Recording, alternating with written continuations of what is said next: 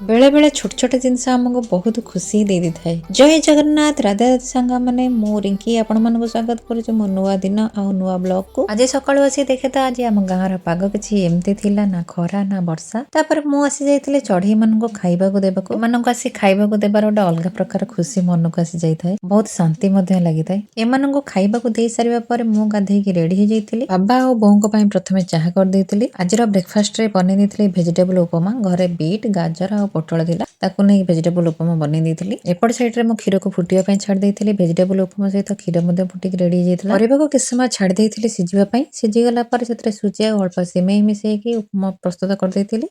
उपमा eight देखो पूरा गोटा गोटा होइके उपमा पूरा रेडी आमर। जेहेतु एबे बोंको देह खराब अछि सांको खाइबाको देबा पूर्व से इन्सुलिन नियंती सेति पई हस्बैंड को डाकिबाको आस्थिल हेले से मते कहले टिके मते मोडी दियो त।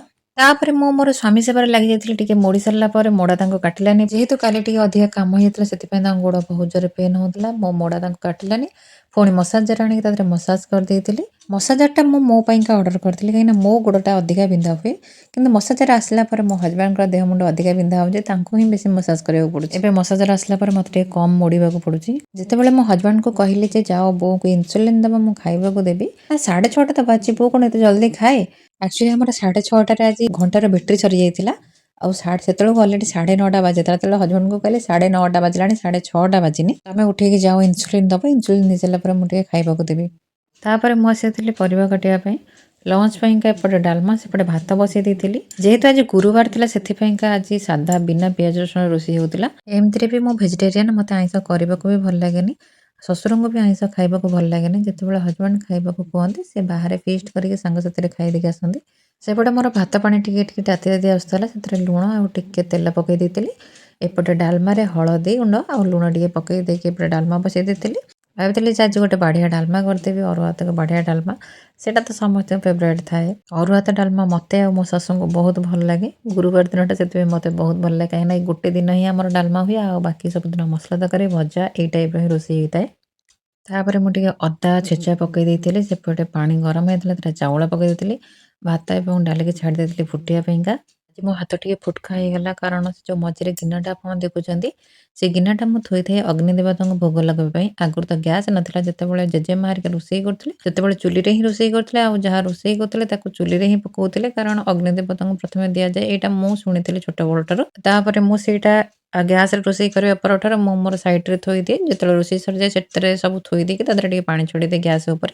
सेटा मु जानथिली जे दी पट जेहेतु लागिथिला सेति पई का से गिन्नाटा बहुत जोर ताती जातिला। गोटे पट साइड रे धरला टिके तातीला मु कोन कलिना आर पट साइड धरि पकला जोर तातीला आ हाथटा फटका हे गला। से कला बेले एमती छोट मोट जिनस तो समते संगे हुए मो संगे तो बहुत थर ही एमती हुए।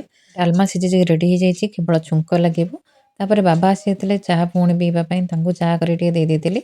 आज दही बाइगण थिला इच्छा थिला दही बाइगण खाइबा टिके दही बाइगण कर देतिले। एटी बाइगण टिके छाणी दोछि जेहेतु टिके हाथ फुटका हे थिला हाथटा टिके गरम बांफ जेतेले बाजुतिला जेतेले भात गाळुतिली सेतेले बहुत जोरे पोड़ा होतिला काहे ना से जो बांफ बाजिला पर हाथटा आहुर जोरे पोड़ा होता। एटा हमर डेली लाइफ हे गेलानी हाथ हो जहा हो किछि जाय से नै जेटा को इग्नोर करबा को ही पड़ी थाए।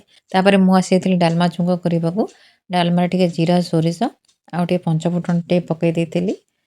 पंचफुटन मु बहुत कम पकाई काहे ना मते पितुळिया पितुळिया लागे से जो मेथी पड़ी थाए आ जीरा सोरिष मु टिके अधिका पकई देथाए। सुखिला लंका न पकेले डालमार छुंक कोन तार तो बास्ना ही आसीबनी आ सेतिरे मु टिके हिंगु आ काश्मीरी लंका टिके पकई देथिली जोति पई का कि तार फ्लेवर टिके कलरफुल हे जिबा आ ता फ्लेवर टा भल लागियो पूरा मंदिर स्टाइल डालमा भले लागियो। मु एटी छुंक करके ताको घोड़ी देथिली काहे ना तार बास्नाटा पळेबो। किछि समय घोड़ी सरला परे ताको मु काढी के सेतिरे टिके लंका जीरा गुंड पकई देथिली। एबे मो डालमा पूरा रेडी हे जाइछि जेहेतु काश्मीरी लंका गुंड पड़ितला सेति पई देखन डालमार कलर केडे सुंदर आसुछि काहे ना कदली पड़ी के मध्ये डालमार कलर टा केते सुंदर देखा जाउछि। कदली पड़ले टिके कलर तार कन उड़ी जाए भल देखा जाएनी। जेहेतु पुणी दही बाइगण करिवार थिला दही बाइगण पई टिके भृसंग पत्र पकई टिके छुंक कर देथिले आ तादरे टिके काश्मीरी लंका गुंड भी पकई देथिली काहे ना ता कलर टा मध्ये भल देखा जिवो। खाइबाटा प्रथमे आखि की भल देखा जिवा दरकार तापर ता पाटी की टेस्ट भल आसीबा भी सेटा भी दरकार। सेति पई का टिके सबुतरे कलर काश्मीरी लंका गुंड पकई टिके कलर कर देथाय। तापर भेंडी आलू भाज देथिले। आजिर लंच थाली के एई टाइप र थिला भात डालमा आलू भेंडी भजा आ दही बाइगण कर देथिले। बड़ बो टिके साग मते देथिले साग खाइ देथिली। आ एठी मु बसी मोबाइल मोर देखुथिली मोबाइल देखिबा भितर हस्बैंड पछर बसी ठिया हे जाइतिले।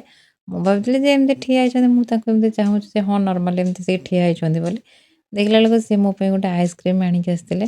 ବେଳେବେଳେ ଏମିତି ଛୋଟ ଜିନିଷ ବହୁତ ଖୁସି ଦେଇଥାଏ, କାହିଁକିନା ମୁଁ ତାଙ୍କୁ କହିବି ନଥିଲି ଯେ ଆଇସ୍କ୍ରିମ୍ ଆଣିବା ପାଇଁ, କାହିଁକିନା ମୁଁ ଆଇସ୍କ୍ରିମ୍ ବହୁତ କମ୍ ଖାଏ। ମାସକୁ 1 କିମ୍ବା 2ଟା ହିଁ ଖାଏ। ସେଥିପାଇଁ ହଜବେଣ୍ଡଙ୍କୁ କହିଲେ ହଜବେଣ୍ଡ ହିଁ ଆଣନ୍ତି, କାହିଁକିନା ପ୍ରାୟ ଟାଇମ୍ ଫ୍ରିଜରେ ରଖି ରଖି ହିଁ ଫୋପଡ଼ା ହେଇଯାଏ। କାହିଁକିନା ମୁଁ ତ ଖାଏନି। ବହୁତ କମ୍ ଟାଇମ୍ ଯେତେବେଳେ ଚିନି ଖାଇ ଦେଇଥିବି ତାହେଲେ ଆଇସ୍କ୍ରିମ୍ ଫାଇସ୍କ୍ରିମ୍ ସବୁ ଟିକେ ସାଇଡ଼୍ କରିଦିଏ। ମୁଁ ବହୁତ ଟିକେ ଏସବୁ ଜିନିଷ ଟିକେ କମ୍ ଖାଏ, କାହିଁକିନା ମୋର ୱେଟ୍ ବହୁତ ଜଲ୍ଦି ଗେନ୍ ହେଇଯାଏ।